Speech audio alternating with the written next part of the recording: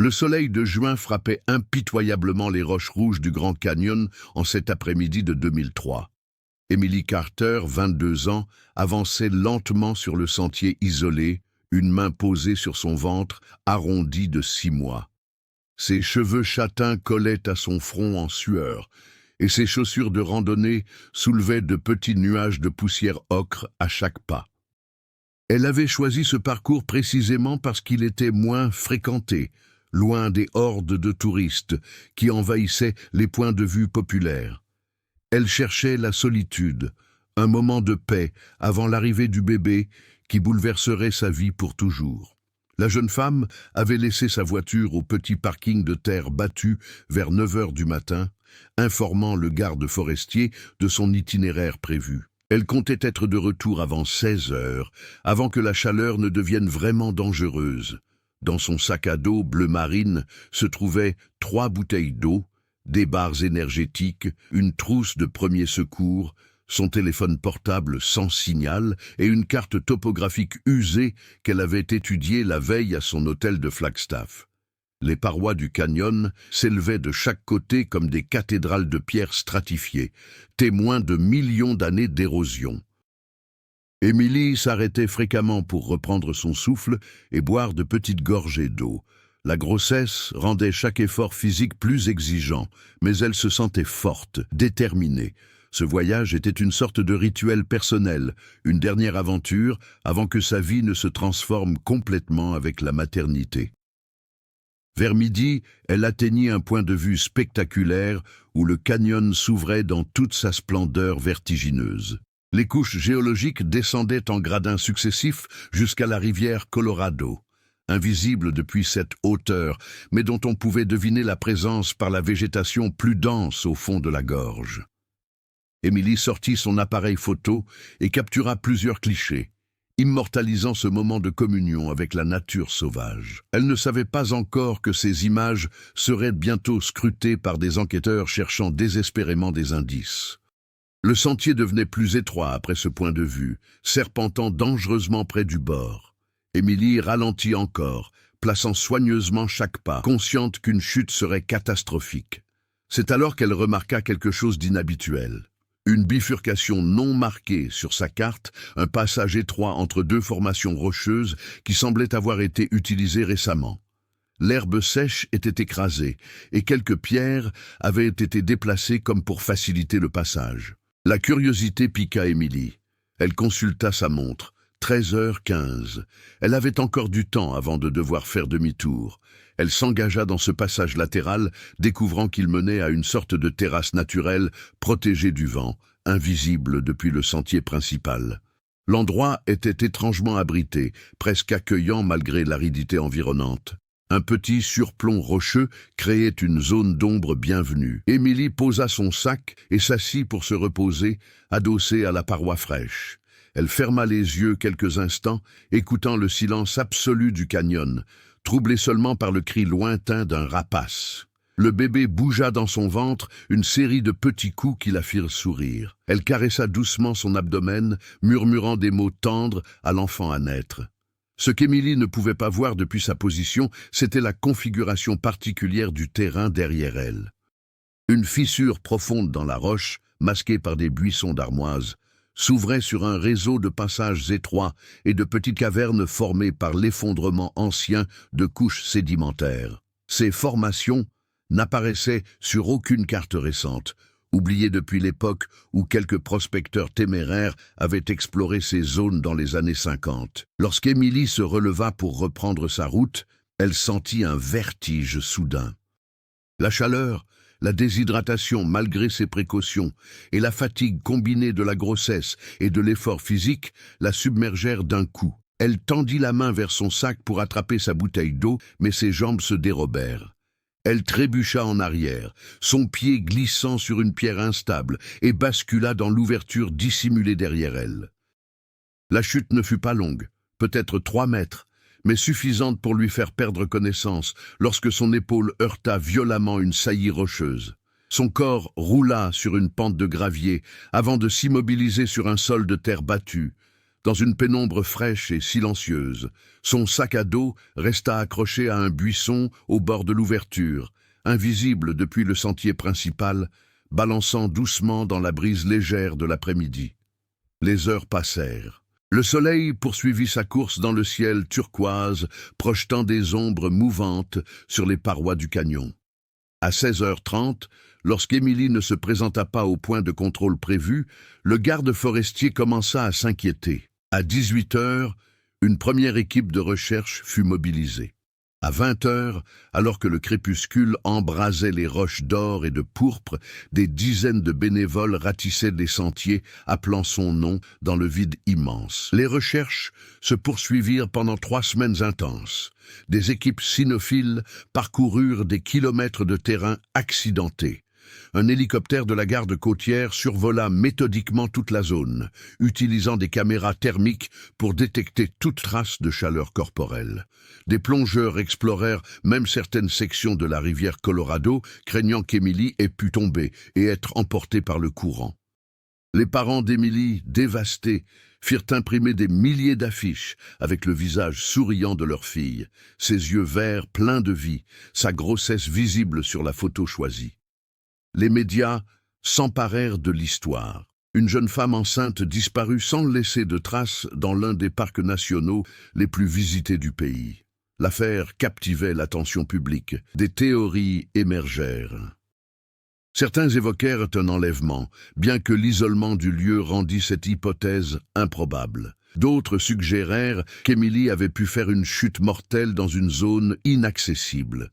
Quelques voix, plus sombres, insinuèrent qu'elle avait peut-être voulu disparaître volontairement, fuyant les responsabilités de la maternité imminente. Les enquêteurs retrouvèrent sa voiture intacte au parking. Ils découvrirent des empreintes de pas correspondant à ses chaussures sur le premier kilomètre du sentier. Mais après cela, plus rien.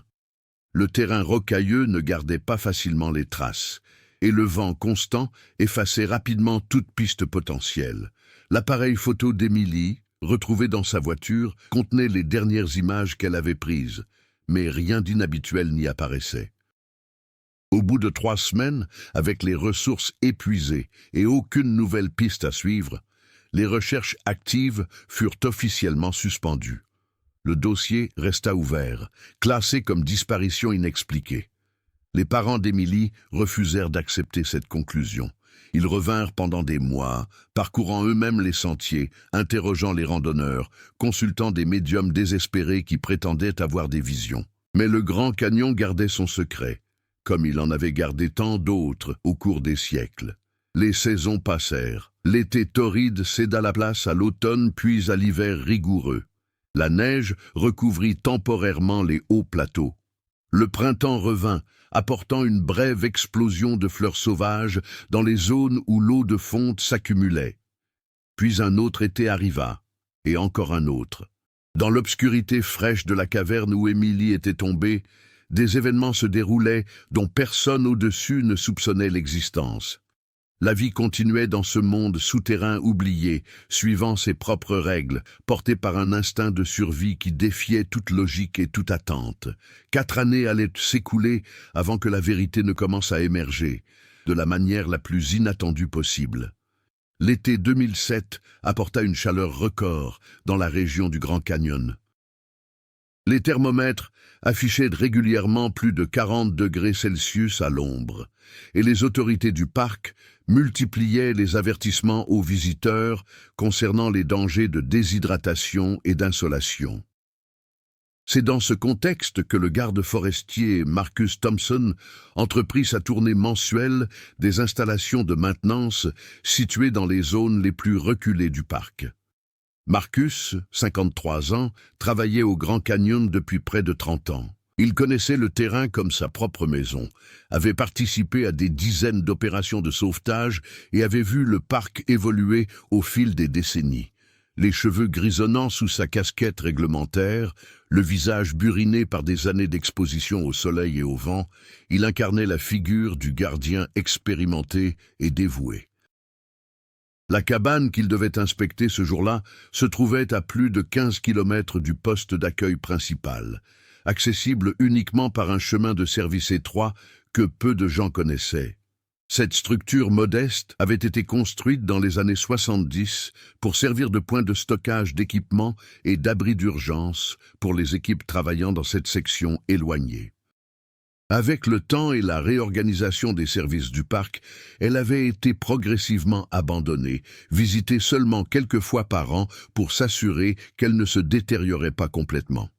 Marcus gara son véhicule tout-terrain à une centaine de mètres de la cabane et poursuivit à pied portant sa trousse d'inspection et une bouteille d'eau. La structure apparut bientôt. Petite construction en bois grisé par les intempéries, avec un toit en tôle ondulé et 2 fenêtres aux volets fermés. Rien ne semblait avoir changé depuis sa dernière visite 6 mois auparavant. Mais en approchant, Marcus remarqua quelque chose d'inhabituel. La porte, qui devrait être fermée par un cadenas, était légèrement entr'ouverte. Il fronça les sourcils. Des randonneurs égarés avaient-ils forcé l'entrée pour chercher un abri ? Des vandales avaient-ils découvert cet endroit isolé? Il porta instinctivement la main à la radio accrochée à sa ceinture, par précaution, puis poussa doucement la porte. L'intérieur était plongé dans la pénombre, la lumière du jour filtrant faiblement à travers les fentes des volets. Marcus alluma sa lampe torche et balaya la pièce du faisceau lumineux. Ce qu'il vit le figea sur place. La cabane, normalement vide à l'exception de quelques outils et bidons d'eau d'urgence, avait été transformée.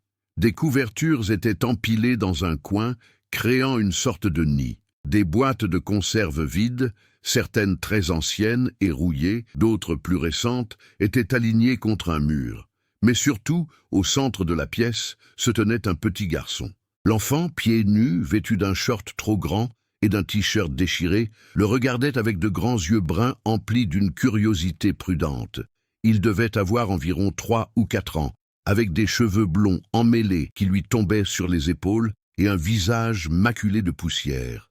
Il ne pleurait pas, ne criait pas, ne montrait aucun signe de peur ou de détresse. Il observait simplement Marcus avec une intensité troublante, comme un petit animal sauvage évaluant un intrus dans son territoire. Marcus sentit son cœur battre plus fort. Un enfant, seul, dans une cabane abandonnée au milieu de nulle part. Comment était-ce possible? Il s'agenouilla lentement pour se mettre à la hauteur du petit garçon, parlant doucement pour ne pas l'effrayer. L'enfant recula d'un pas, mais ne s'enfuit pas. Marcus remarqua alors d'autres détails. Une petite collection de cailloux et de pommes de pin arrangées avec soin près du nid de couverture. Un gobelet en métal bosselé, des traces de pas dans la poussière qui couvraient le sol.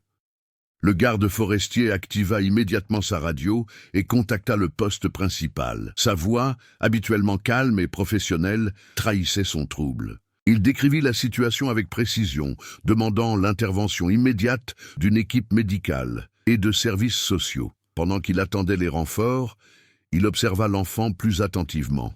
Le petit garçon semblait en étonnamment bonne santé physique. Certes, il était sale et ses cheveux nécessitaient une bonne coupe, mais il ne présentait pas les signes de malnutrition sévère qu'on aurait pu attendre d'un enfant abandonné. Ses joues conservaient une certaine rondeur, ses yeux étaient vifs et alertes. Marcus ouvrit son sac et en sortit une barre granola qu'il tendit vers l'enfant. Le petit garçon l'examina avec méfiance, puis s'approcha rapidement, saisit la barre et retourna dans son coin pour la dévorer avec une efficacité remarquable. Il mastiquait rapidement, les yeux toujours fixés sur Marcus, comme s'il craignait que l'adulte ne change d'avis et ne reprenne la nourriture. En attendant l'arrivée de l'équipe de secours, Marcus commença à examiner plus attentivement la cabane. Dans un coin, il découvrit une petite réserve de nourriture, des boîtes de conserve de haricots, de soupe, de fruits au sirop, certaines très anciennes et provenant clairement du stock d'urgence original de la cabane, d'autres plus récentes qui n'auraient pas dû s'y trouver. Comment ces provisions étaient-elles arrivées là? Quelqu'un ravitaillait-il régulièrement cet endroit?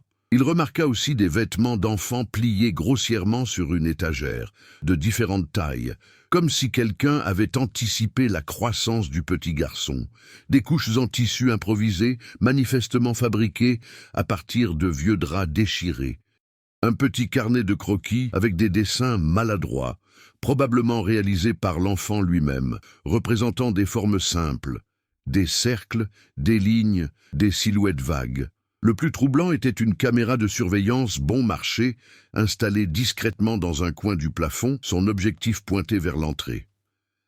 Marcus l'examina de plus près et découvrit qu'elle était alimentée par des piles et équipée d'une carte mémoire. Quelqu'un surveillait cet endroit. Quelqu'un voulait savoir quand des visiteurs arrivaient. 45 minutes plus tard, 2 véhicules du parc national arrivèrent en soulevant des nuages de poussière. Une équipe composée de 2 ambulanciers, d'une assistante sociale nommée Patricia Reeves et du ranger en chef, James Hutchinson, descendit rapidement. Patricia, une femme d'une 40aine d'années aux cheveux courts et au regard professionnel mais bienveillant, s'approcha immédiatement de l'enfant. Elle utilisait des techniques douces pour établir le contact, parlant avec une voix apaisante, se déplaçant lentement pour ne pas effrayer le petit garçon. L'enfant la laissa finalement l'approcher et accepta même qu'elle examine sommairement son état physique. Pas de blessures apparentes, pas de signes évidents de maltraitance récente. Cependant, son comportement était inhabituel. Il ne parlait pas, ne faisait aucun son, communiquant uniquement par des regards et des gestes simples. Les ambulanciers préparèrent un brancard, mais Patricia suggéra de laisser l'enfant marcher jusqu'au véhicule, s'il le souhaitait, pour maintenir son sentiment de contrôle sur la situation. Le petit garçon accepta finalement de suivre le groupe à l'extérieur, clignant des yeux face à la lumière intense du soleil de l'après-midi. Pendant ce temps, James Hutchinson commençait déjà à coordonner une investigation approfondie. Il contactait le FBI, sachant qu'un enfant trouvé dans ces circonstances constituait potentiellement un cas d'enlèvement fédéral. Il ordonnait également la sécurisation complète de la cabane comme scène de crime potentiel et demandait qu'une équipe technique vienne collecter des preuves.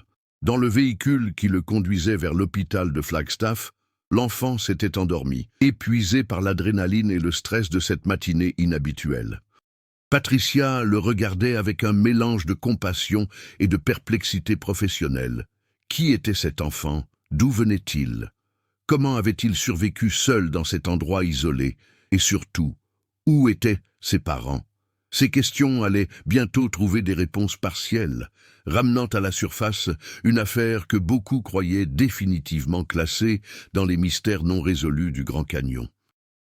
L'hôpital régional de Flagstaff bruissait de l'activité habituelle d'un après-midi d'été lorsque l'ambulance arriva avec son passager inhabituel. Le petit garçon, réveillé par le mouvement du véhicule, regardait autour de lui avec une fascination mêlée d'appréhension. Les lumières fluorescentes, les sons électroniques des machines médicales, les couloirs blancs, impeccables. Tout cet environnement moderne devait lui sembler aussi étrange qu'une autre planète. La pédiatre de garde, le docteur Susan Kwan, examina minutieusement l'enfant pendant plus d'1 heure. Elle mesura sa taille, le pesa, vérifia ses réflexes, écouta son cœur et ses poumons, examina sa peau, ses dents, ses yeux. Ses conclusions, qu'elle dicta méthodiquement pour le dossier médical, étaient troublantes par leur normalité. Le garçon présentait un développement physique cohérent avec un âge estimé entre 3 ans et demi et 4 ans. Sa dentition était correcte, bien qu'une hygiène dentaire défaillante soit évidente. Il ne présentait ni dénutrition sévère, ni signe de maladie chronique. Quelques cicatrices mineures sur les genoux et les coudes, normales pour un enfant de cet âge. Une légère déshydratation, facilement corrigeable. Ce qui était plus préoccupant, c'était son développement psychologique et social. L'enfant ne parlait toujours pas, ne répondait pas aux questions simples, ne montrait aucun signe de reconnaissance de concepts basiques comme les couleurs ou les formes lorsqu'on les testait. Il semblait avoir développé une sorte de système de communication non verbale, utilisant des gestes pour indiquer ses besoins, mais son vocabulaire gestuel était limité et peu sophistiqué. Le docteur Kwan nota dans son rapport que l'enfant présentait des comportements rappelant ceux d'enfants ayant grandi dans un isolement social extrême. Pendant que les médecins s'occupèrent du garçon, une équipe d'enquêteurs du FBI était arrivée à Flagstaff. L'agent spécial Rebecca Moss, trentenaire spécialisée dans les affaires d'enfants disparus, prit rapidement la direction de l'investigation. Elle établit une salle d'opération temporaire dans les bureaux du parc national et commença à rassembler toutes les informations disponibles sur les disparitions non résolues d'enfants dans la région au cours des 5 dernières années. C'est alors qu'un jeune analyste nommé Tyler Chen fit une découverte cruciale. En recherchant dans la base de données nationale des personnes disparues, il trouva le dossier d'Emily Carter. Une jeune femme de 22 ans, enceinte de 6 mois, disparue en juin 2003 lors d'une randonnée dans le Grand Canyon. Tyler imprima la photo d'Emily et la porta immédiatement à Rebecca. La ressemblance était frappante. Les yeux du petit garçon, leur forme particulière, leur couleur brun-vert, la structure du visage, les cheveux blonds, qui n'étaient pas communs dans la famille Carter, mais qu'Emily tenait de sa grand-mère maternelle. Rebecca Moss prit immédiatement contact avec David et Margaret Carter, les parents d'Emily, qui vivaient maintenant à Phoenix. L'appel fut l'un des plus difficiles de sa carrière. Comment annoncer à des parents qui avaient pleuré leur fille pendant 4 ans qu'un enfant, possiblement leur petit-fils, avait été retrouvé dans des circonstances mystérieuses? David Carter, la voix tremblante, demanda s'ils avaient retrouvé Emily. Rebecca dut admettre que non, seulement l'enfant. 48 heures après la découverte, David et Margaret Carter arrivèrent à Flagstaff. Le couple dans la soixantaine, visiblement marqué par des années de chagrin, attendit nerveusement dans une salle de consultation pendant que le docteur Kwan préparait l'enfant pour cette rencontre potentiellement bouleversante. Lorsque les grands-parents présumés entrèrent dans la pièce, Margaret porta immédiatement la main à sa bouche, les larmes jaillissant de ses yeux. Le petit garçon avait les yeux d'Emily, cette forme particulière de l'arcade sourcilière que tous les membres de la famille Carter partageaient. La manière dont ses oreilles étaient légèrement décollées. Un test ADN fut immédiatement ordonné, mais pour les Carter, aucun doute n'était possible. Cet enfant était leur petit-fils, le bébé qu'Emily portait lorsqu'elle avait disparu. Ce qui signifiait qu'Emily avait survécu à sa disparition au moins suffisamment longtemps pour accoucher. Cette réalisation apportait à la fois un immense soulagement et une nouvelle vague de questions déchirantes. Où était Emily maintenant? Était-elle encore vivante? Comment avait-elle survécu? Pourquoi n'avait-elle pas demandé de l'aide? Pendant ce temps, au Grand Canyon, une équipe technique analysait méticuleusement la cabane. Des spécialistes en criminalistique prélevaient des empreintes digitales, collectaient des échantillons d'ADN, photographiaient chaque détail. La caméra de surveillance fut récupérée et sa carte mémoire analysée. Elle contenait des centaines d'heures d'enregistrement montrant l'enfant seul dans la cabane, effectuant diverses activités, dormant, mangeant, jouant avec ses cailloux, regardant par la fenêtre. Mais il y avait aussi d'autres séquences, plus anciennes et plus troublantes. Des images montrant une silhouette adulte entrant occasionnellement dans la cabane, apportant de la nourriture, changeant l'enfant, le nourrissant. La qualité de la caméra était médiocre et l'éclairage faible, rendant l'identification difficile. Mais l'analyste vidéo put déterminer qu'il s'agissait probablement d'une femme de taille moyenne, avec des cheveux longs attachés en queue de cheval. Les mouvements étaient ceux d'une personne épuisée, se déplaçant lentement, avec précaution. Les derniers enregistrements montrant cette silhouette dataient d'environ 3 semaines avant la découverte de l'enfant. Après cette date, le garçon était seul. La femme n'était jamais revenue. Cette information glaça les enquêteurs. Si cette personne était Emily, comme tout semblait l'indiquer, qu'était-il advenu d'elle 3 semaines plus tôt? Pourquoi avait-elle cessé de revenir prendre soin de son enfant? L'équipe technique découvrit également un journal intime dissimulé sous les planches du sol de la cabane. Les pages jaunies et tachées contenaient une écriture irrégulière, parfois tremblante, documentant 4 années de survie désespérée. L'analyse graphologique confirma rapidement que l'écriture correspondait à celle d'Emily Carter. Le journal révélait une histoire d'une tragédie inimaginable. Emily avait survécu à sa chute initiale en 2003, se retrouvant piégée dans un réseau de cavernes dont elle ne pouvait s'échapper en raison de sa grossesse avancée et d'une blessure à la jambe. Elle avait découvert que ces cavernes communiquaient avec d'anciennes installations minières abandonnées, datant du début du XXe siècle, qui contenaient encore quelques provisions d'urgence oubliées. Elle avait accouché seule dans l'obscurité en août 2003, donnant naissance à un garçon qu'elle avait nommé Nathan dans son journal.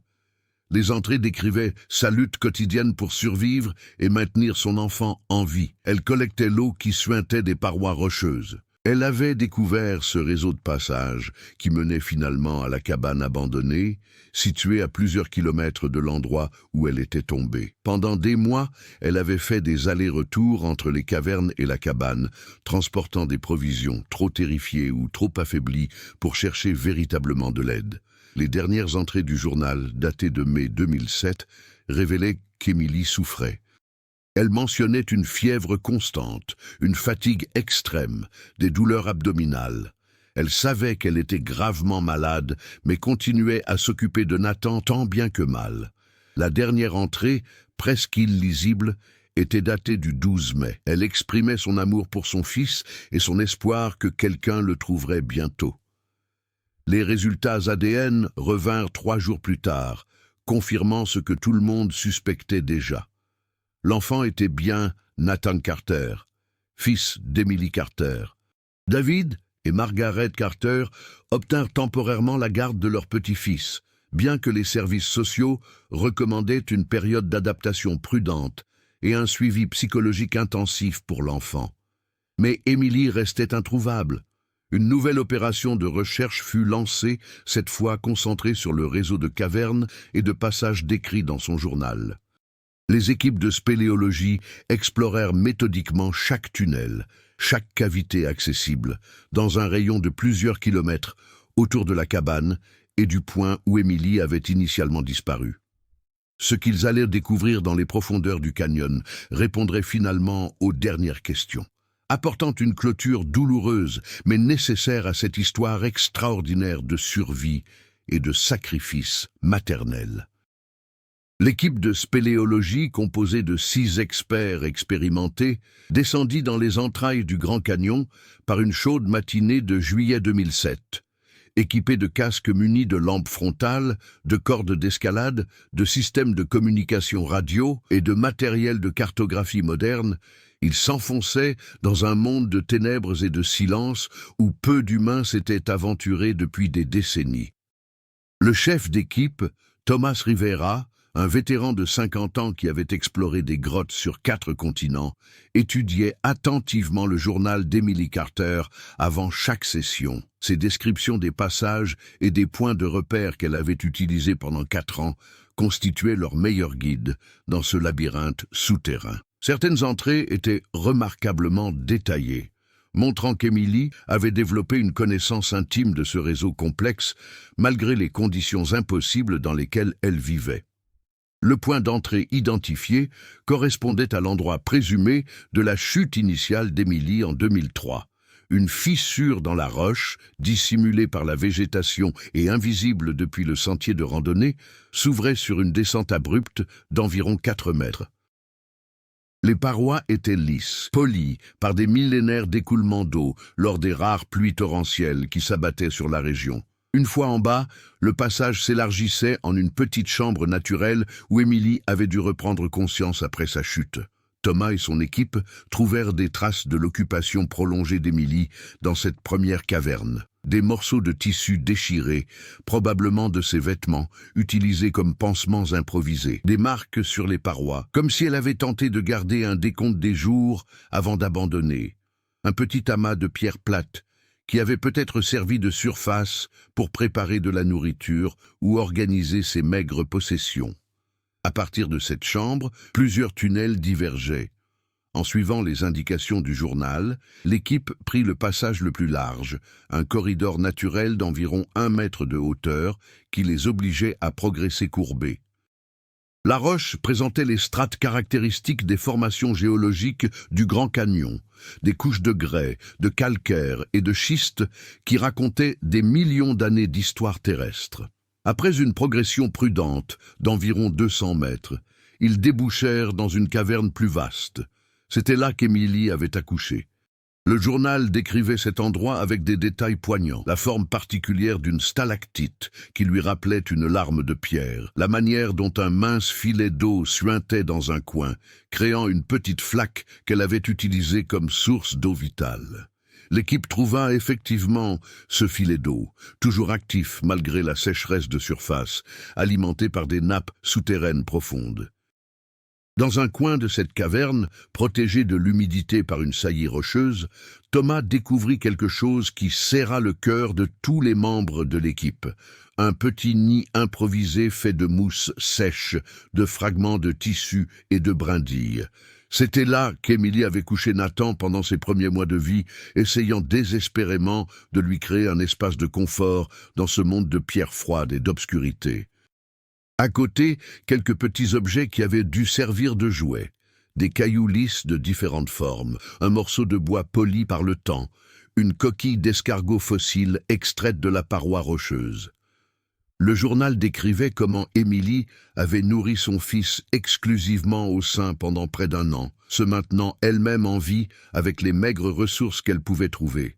Elle avait découvert des racines comestibles qui pénétraient dans les cavernes depuis la surface, des champignons qui poussaient dans les zones les plus humides, et surtout, les anciennes provisions des prospecteurs qu'elle avait trouvées dans une section plus profonde du réseau de grottes. L'équipe progressa plus loin, suivant le chemin qu'Émilie avait parcouru des centaines de fois. Ils atteignirent ce qui avait dû être une ancienne installation minière, probablement datant des années 30 ou 40, lorsque des chercheurs d'or désespérés exploraient chaque recoin du Grand Canyon. Des poutres en bois pourrissaient lentement, des rails rouillés couraient au sol, et dans une petite structure effondrée, ils trouvèrent les restes de ce qu'Émilie avait décrit comme sa découverte salvatrice, des caisses de provisions d'urgence oubliées depuis des décennies. La plupart des boîtes de conserve étaient trop rouillées pour être sûres, mais certaines, stockées dans des conditions plus sèches, étaient restées consommables. Émilie avait transporté ses conserves, quelques-unes à la fois, jusqu'à la cabane de surface, un voyage épuisant qui prenait des heures à travers les passages sinueux. Le journal détaillait ses expéditions, sa peur constante de se perdre, de tomber, de laisser Nathan seul trop longtemps. Elle avait créé un système de marques sur les parois pour ne pas s'égarer, des entailles simples qu'elle pouvait suivre même avec une lumière minimale.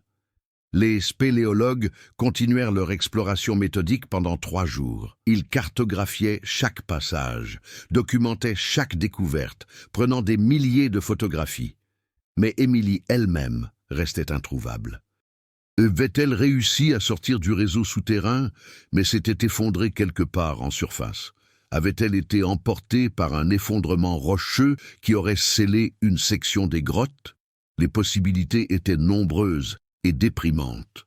C'est le 4e jour que l'équipe fit la découverte finale. Dans une section du réseau qu'ils avaient presque décidé d'ignorer parce qu'elle semblait être un cul-de-sac, un membre de l'équipe nommé Sofia Mendez remarqua une anomalie dans la paroi rocheuse. Ce qui paraissait être une surface solide était en réalité un effondrement relativement récent de gravier et de petites pierres. Derrière cette éboulis se cachait une petite alcôve naturelle. Ils dégagèrent prudemment les débris et découvrirent Émilie Carter. Son corps reposait dans une position presque paisible, recroquevillé contre la paroi froide, enveloppée dans une vieille couverture usée qu'elle avait dû apporter de la cabane. À côté d'elle se trouvait une bouteille d'eau vide et le journal, dont les dernières pages confirmaient ce que les médecins légistes détermineraient plus tard. Émilie était morte d'une infection généralisée, probablement originaire d'une blessure mal soignée ou d'une complication post-accouchement qui s'était aggravée au fil des années. Les dernières entrées du journal, écrites avec une main de plus en plus faible, étaient déchirantes. Émilie savait qu'elle mourrait. Elle décrivait comment elle avait utilisé ses dernières forces pour transporter Nathan à la cabane, sachant que c'était là qu'il avait le plus de chances d'être découvert. Elle avait laissé des provisions pour lui, avait installé la caméra de surveillance achetée des années auparavant avec l'argent qu'elle gardait toujours dans une poche secrète de son sac, espérant que quelqu'un finirait par patrouiller dans cette zone. Elle avait ensuite fait le chemin du retour vers les cavernes, trop épuisée et trop malade pour tenter de chercher de l'aide, acceptant son destin, mais trouvant un certain réconfort dans le fait que son fils aurait une chance de survie. La dernière phrase du journal, tracée d'une écriture presque illisible, disait simplement « Nathan, si tu lis ceci un jour, sache que chaque moment avec toi a rendu ces années supportables. Tu étais ma lumière dans l'obscurité. Maman t'aime. » Le corps d'Emily fut récupéré avec le plus grand respect et transporté en surface. L'autopsie confirma ce que le journal suggérait. Elle était morte d'une septicémie environ 3 semaines avant que Nathan ne soit découvert. Pendant ces 3 semaines, le petit garçon avait survécu seul dans la cabane, vivant des provisions que sa mère avait accumulées, attendant son retour sans comprendre qu'elle ne reviendrait jamais. Les funérailles d'Emily Carter eurent lieu par une journée d'août douce et ensoleillée à Phoenix. Des centaines de personnes assistèrent à la cérémonie, familles, amis, bénévoles qui avaient participé aux recherches originales en 2003, rangers du parc national, et des inconnus émus par cette histoire extraordinaire de courage maternel. Nathan, maintenant âgé de 4 ans, était assis entre ses grands-parents, trop jeune pour vraiment comprendre ce qui se passait, mais sentant l'importance solennelle du moment. Les médias du pays entier couvrirent l'histoire, partageant les détails de la survie miraculeuse d'Emily et de sa détermination à maintenir son fils en vie, contre toute attente. Des experts en psychologie commentaient l'extraordinaire résilience qu'elle avait démontrée. Des spécialistes de la survie analysaient les techniques qu'elle avait improvisées. Mais au-delà des analyses et des commentaires, c'était l'histoire profondément humaine d'une mère faisant l'impossible pour son enfant qui touchait le cœur de millions de personnes. Les mois qui suivirent la découverte et les funérailles furent une période de transition difficile pour Nathan Carter. Le petit garçon qui avait passé toute sa vie dans l'isolement des cavernes et de la cabane abandonnée devait maintenant s'adapter à la complexité du monde moderne.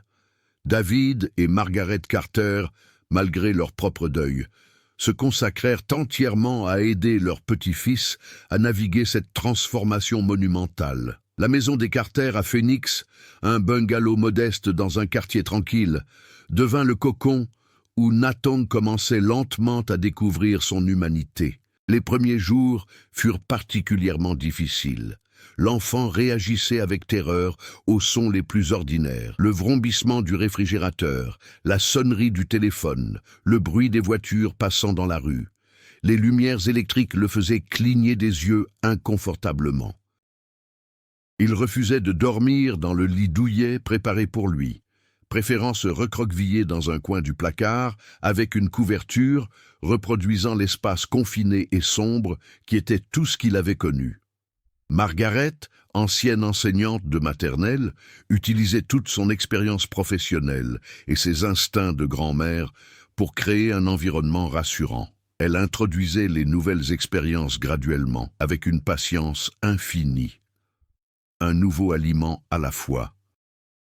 Un nouveau son, une nouvelle texture. Nathan résistait souvent, se repliant dans un silence buté, mais Margaret ne le forçait jamais, comprenant que cet enfant avait besoin de contrôle sur son environnement après avoir vécu tant d'années dans des circonstances qu'il ne pouvait pas contrôler. David, quant à lui, s'occupait des aspects pratiques. Il accompagnait Nathan à tous les rendez-vous médicaux nécessaires, aux séances avec la psychologue pour enfants, le docteur Linda Morrison, qui supervisait le développement de Nathan avec une attention professionnelle empreinte de compassion. Le docteur Morrison expliquait aux Carter que Nathan présentait des caractéristiques similaires à celles d'enfants ayant grandi dans des orphelinats négligés ou dans un isolement social extrême. Son développement du langage était significativement retardé, et il faudrait peut-être des années de thérapie intensive pour qu'il atteigne un niveau de communication normal. Mais le docteur Morrison voyait aussi des signes encourageants. Nathan était intelligent, observateur, capable d'apprendre quand l'information lui était présentée de manière appropriée. Il montrait de l'affection envers ses grands-parents, particulièrement envers Margaret, se blottissant contre elle lorsqu'il se sentait dépassé. Il commençait à imiter des sons simples, un premier pas crucial vers le développement du langage verbal. Les semaines se transformèrent en mois. L'automne arriva, apportant des températures plus douces à Phoenix. Les Carter établirent des routines prévisibles qui donnaient à Nathan un sentiment de sécurité. Petit déjeuner à 8 heures. Promenade dans le jardin. Séance de jeu avec des jouets soigneusement sélectionnés. Déjeuner, sieste. Activité d'apprentissage douce. Dîner. Histoire du soir, même si Nathan ne comprenait pas encore vraiment les mots, il répondait au ton apaisant de la voix de Margaret. Progressivement, des changements commencèrent à apparaître. Nathan prononça son premier mot en novembre. Mamie, sa version de mamie pour Margaret. Elle pleura de joie en l'entendant, appelant immédiatement David pour partager ce moment extraordinaire. D'autres mots suivirent lentement. Papy pour David, eau pour demander à boire, dehors quand il voulait aller dans le jardin. Le jardin devint son lieu de réconfort préféré. Sous le ciel ouvert, entouré d'arbres et de plantes, Nathan semblait retrouver quelque chose de l'environnement naturel qui avait été son seul monde pendant tant d'années. Il passait des heures à observer les fourmis transportant de la nourriture, à ramasser des cailloux et à les organiser en motifs, comme il l'avait fait dans la cabane. David construisit une petite cabane en bois, dans un coin du jardin. Un espace où Nathan pouvait se retirer quand il avait besoin de solitude et de calme. Les Carter prirent la décision de garder l'histoire de Nathan aussi privée que possible, refusant la plupart des demandes d'interview et protégeant farouchement sa vie quotidienne des médias. Quelques journalistes persistants tentaient occasionnellement de photographier l'enfant, mais David les décourageait fermement. Nathan méritait de grandir aussi normalement que possible, loin du cirque médiatique que son histoire extraordinaire avait créé. En janvier 2008, soit 6 mois après sa découverte, Nathan fit sa première visite dans un parc public. Margaret et David l'emmenèrent tôt le matin, quand peu d'autres enfants seraient présents pour minimiser la stimulation. Nathan observa les balançoires, les toboggans, les structures d'escalade avec une fascination prudente. Il ne savait pas comment utiliser ces équipements, n'ayant jamais vu d'aire de jeu auparavant, mais il regardait attentivement Margaret démontrer le fonctionnement de chaque élément. Finalement, encouragé par sa grand-mère, Nathan s'approcha d'une balançoire. Margaret l'aida à s'asseoir et le poussa doucement. L'expression sur le visage du petit garçon, alors qu'il se balançait, fut un moment que les Carter n'oublieraient jamais. Un sourire, véritable et spontané, illumina ses traits. Le mouvement rythmique, la sensation du vent sur son visage, la perspective changeante du monde autour de lui, tout semblait le ravir. Il rit, un son que ses grands-parents avaient rarement entendu, et demanda « Encore, encore !» Ce fut un tournant. Après ce jour, Nathan montra plus de volonté d'explorer, d'essayer de nouvelles choses, d'interagir avec son environnement. Les séances avec le docteur Morrison devenaient plus productives. L'orthophoniste rapportait des progrès constants dans le développement du langage. Le pédiatre confirmait que physiquement, Nathan rattrapait rapidement son retard, grandissant et prenant du poids de manière saine. Au printemps 2008, Margaret prit la décision d'introduire Nathan à d'autres enfants de manière contrôlée. Elle organisa de petites rencontres avec les enfants de voisins bienveillants, des séances de jeux supervisées dans leur jardin.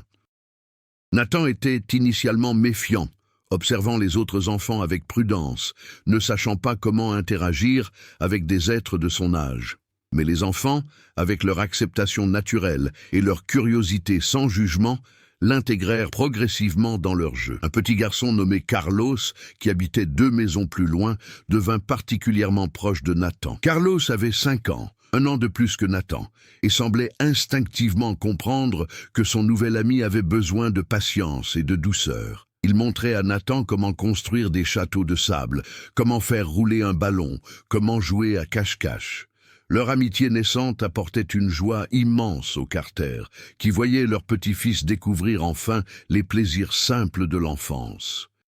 En juillet 2008, un an après la découverte de Nathan, les Carter organisèrent une petite fête d'anniversaire dans leur jardin. C'était la première célébration d'anniversaire de Nathan, bien qu'il soit techniquement âgé de 5 ans. Carlos et quelques autres enfants du voisinage participèrent, ainsi que le docteur Morrison et son équipe de thérapeutes qui avaient travaillé si étroitement avec Nathan pendant cette année de transformation. Nathan, vêtu d'un t-shirt bleu orné d'un dinosaure et d'un short confortable, courait dans le jardin avec les autres enfants, son rire résonnant dans l'air chaud de l'été. Il n'était pas encore tout à fait comme les autres enfants de son âge. Son vocabulaire restait limité, sa compréhension sociale encore en développement, ses réactions parfois imprévisibles face à des situations nouvelles.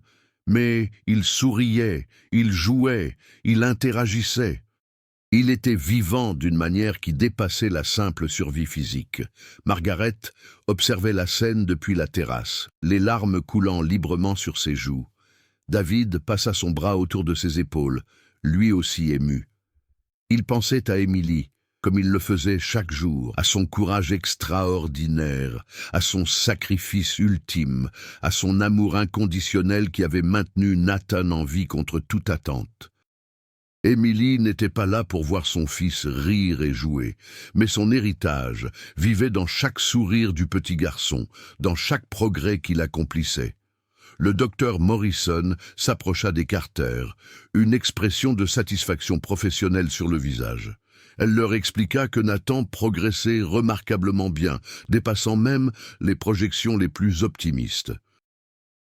Avec un soutien continu, une éducation adaptée et beaucoup d'amour, il pourrait éventuellement mener une vie largement normale.